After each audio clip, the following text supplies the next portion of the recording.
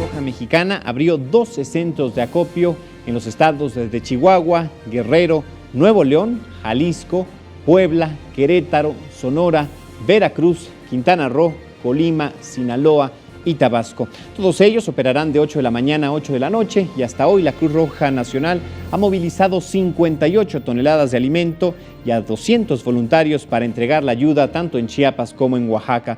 Decíamos, el apoyo sigue siendo insuficiente.